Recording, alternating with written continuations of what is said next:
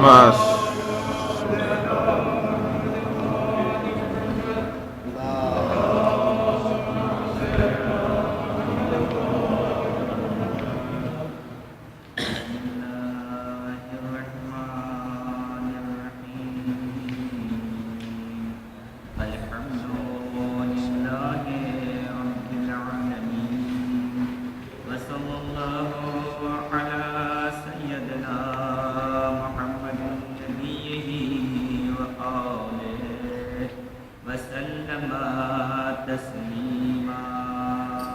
اللهم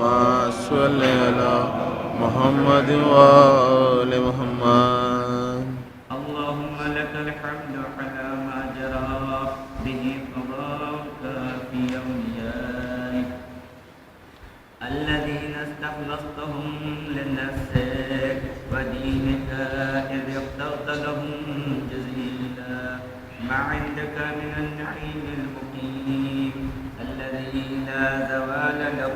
ولا المحلال بعد أن شرطت عليهم الزهد في درجاته هذه الدنيا الزمانية وزخرفها وزبنتها فشرته لك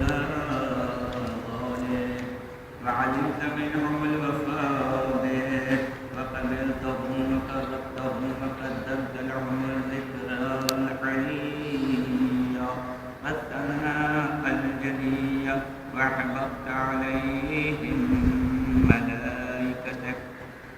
وكرمتهم بوحيك ورفضتهم بعلمك وجعلتهم الذريعة إليك والوسيلة إلى رضوانك وبعض أسكنته جنتك إلى أن أخرجته منها وبعض حملته في فلكك ونجيته ومن آمن معه من الحلكة برحمتك وبعض اتخذته لنفسك خليلا وسعد لسان صدق في الآخرين فعجبته وجعلت ذلك حنيا وبعض كلمته من شجرة تكليما وجعلت له من أخيه ردا ووديعا وبعض أوقدته من غير آب وأعطيته البينات وأيدته بروح القدس وكل شرعت له شريعة